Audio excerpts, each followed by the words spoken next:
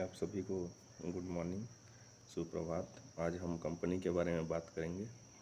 Company का नाम आपने सुना भी होगा, टाटा, गोदरेज, बाटा, ये सारी कंपनियां हैं। सबसे पहले कंपनी का मीनिंग जान लेते हैं। A company is an artificial person created by law having separate legal entity. It is a voluntary association of individual for profit. था कंपनी व्यक्तियों और व्यक्तियों के समूह द्वारा विशेष किसी उद्देश्य को प्राप्त करने के लिए बनाया गया एक कृत्रिम व्यक्ति है जिसका पृथक से वैधानिक या कानूनी अस्तित्व रहता है। परिभाषा कंपनी अधिनियम के अनुसार, according to section 3(1) of the Company Act, a company means a company formed and registered under this act, or an exciting company, and the exciting company means a company formed and registered under any of the previous Company Act। मतलब जो किसी company act से निगमित हुआ है या पूर्व के किसी कंपनी एक्ट से निगमित हुआ है, वही कंपनी की परिभाषा है, वही कंपनी मानी जाएगी।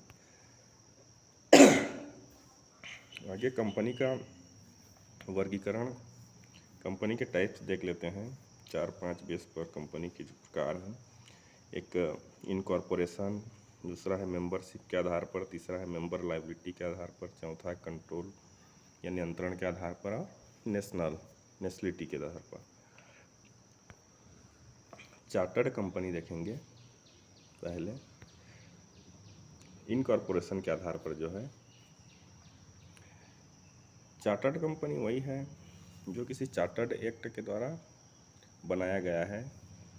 जैसे ब्रिटिश भारत का जो ईस्ट इंडिया कंपनी था, वो चार्टर्ड कंपनी है।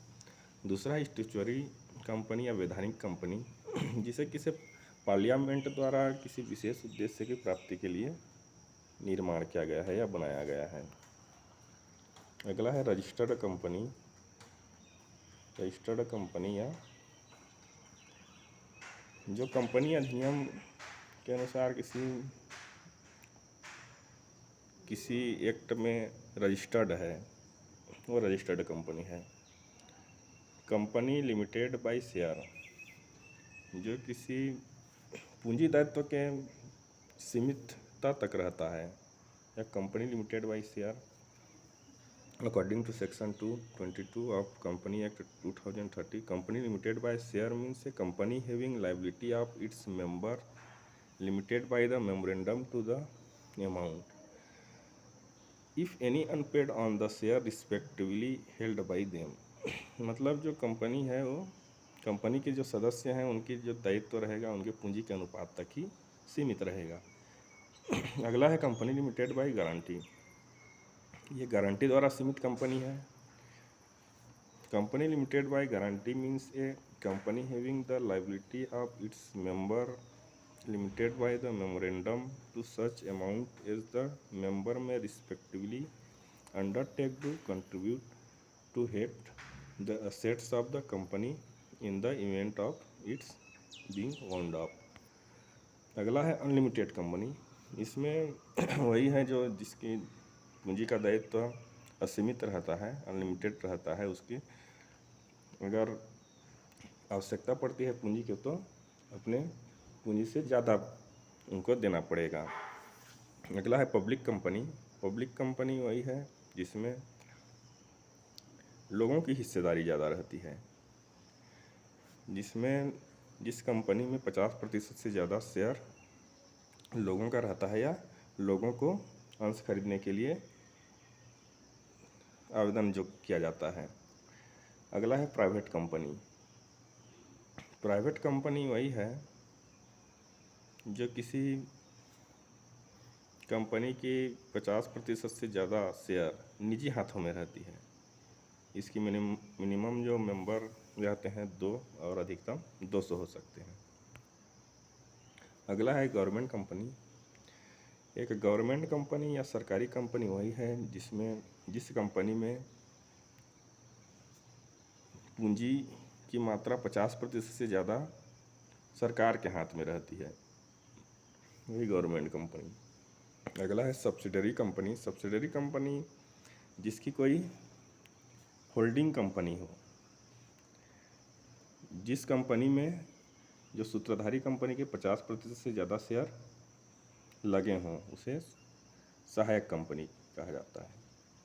अगला है होल्डिंग कंपनी।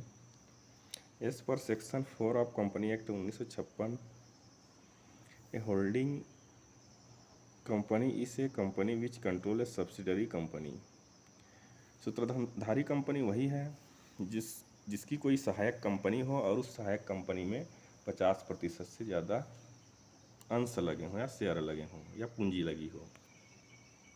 अगला है फॉरेन कंपनी। फॉरेन कंपनी मतलब विदेशी कंपनी। विदेशी कंपनी वही है जो कोई देश के भारत में वो निर्गमन हुआ हो उसका, और वह यहाँ व्यवसाय कर रही हो या हमारे यहाँ भारत में रजिस्टर्ड है और व्यवसाय कर रही है। अगला है डोमेस्टिक कंपनी है। डोमेस्टिक कंपनी मतलब ये घरेलू कंपनी है। घरेलू कंपनी बोलने से जो भारत की है और भारत में निर्गमित हुआ है और भारत में ही व्यवसाय करती है। आगे कंपनी का feature, voluntary association, registration, legal entity होती है, कॉमन सील रहता है इसका, ट्रांसफरेबिलिटी ऑफ शेयर की जो पूंजी अंश पूंजी हस्तांतरणीय होती है, लिमिटेड लायबिलिटी रहती है, सीमित दायित्व, परपेचुअल एक्साइटेंस। अगला कंपनी जो निर्माण की प्रक्रिया है, step in formation of company. Promotion, it involve creating new business idea and taking initiatives to form a company to bring the idea into reality. ये कंपनी बनाने का पहले विचार होता है कुछ लोगों का या कुछ समूह का, जो प्रोमोटर्स होते हैं वो कंपनी बनाने का सोचते हैं। उसके बाद इनकॉर्पोरेशन कंपनी का निर्गमन होता है। फिर पूंजी के लिए जुटाया जाता है, साधन जुटाया जाता है लोगों से या कहीं किसी स्रोत से। उसके बाद कमेंसमेंट ऑफ बिजनेस। बिजनेस का जो तरीका है, व्यवसाय का जो तरीका है, उसकी नीति बनाई जाती है। अगला है memorandum of association. The memorandum of association is most important document of the company. This is a document which sets out the constitution of A company. ये मेमोरेंडम ऑफ एसोसिएशन एक कंपनी का संविधान है। इसी में कंपनी का जो उद्देश्य है, कंपनी जहाँ रहेगी, कंपनी का स्थान, कंपनी का व्यवसाय क्या रहेगा, ये सारी चीज़ें इसी में रहेगी। अगला है article of association. The article are internal regulation of the company on the basis of which its internal affairs are managed. They lay down the power of director, shareholders and officers. It's not compulsory for the public company to prepare its own article association, where preparation of article of association is compulsory for private company. यह company का आंतरिक प्रबंधन से संबंधित है। Article of जो association है, पार्षद अंतर नियम जिसको बोला जाता है, इसमें पूंजी का अधिकार और जो याचनाएं रहती हैं अंश पूंजी मांगने की, इसमें transformation, share warrant, voting power, ये जो संचालकों का कर्तव्य, ये सारी चीज़ें इसी में लिखा रहता है। संचालकों के पारिश्रमिक, लाभांश घोषित करना और कंपनी का जो विघटन है या समापन है, ये सारी चीज़ें इसी में दर्ज रहती है। अगला है कंपनी का कैपिटल स्ट्रक्चर क्या होगा या क्या रहता है। कंपनी साधारणतः अंश पूंजी और ऋण पत्रों से ज़्यादा स्रोत बनाती है पूंजी की।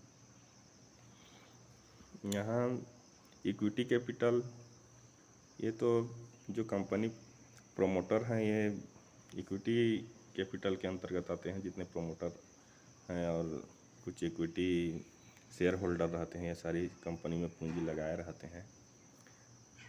उसके बाद प्रेफरेंस शेयर, जो पूर्वाधिकार अंश हैं, वो कंपनी में हिस्सा लगाते हैं अपनी पूंजी का।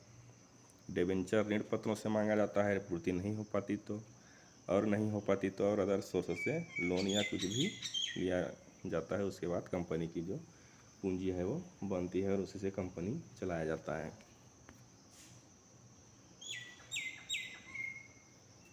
इक्विटी वही है शेयर कैपिटल, जो प्रोमोटर्स या इक्विटी शेयर होल्डर लगाए रहते हैं, वही है।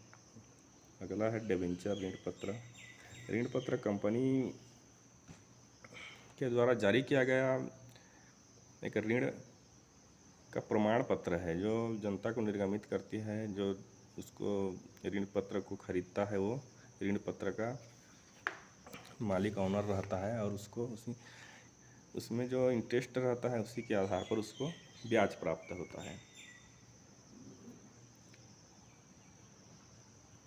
Optimal capital structure is refer to the perfect mixed debenture and equity. Company को अपने पूंजी ढांचा में किसी अनुपात में शेयर हो या डिबेंचर हो या किसी बाहरी ऋण से हो, सबको मिक्स करके कंपनी एक पूंजी का ढांचा बनाती है। फाइनेंशियल लीवरेज, कंपनी की जो वित्तीय तरलता है वो अच्छी होनी चाहिए।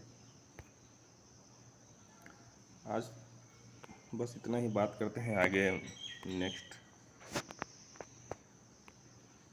देखेंगे जो भी है, कंपनी के बारे में भी बेहद चर्चा करेंगे। धन्यवाद।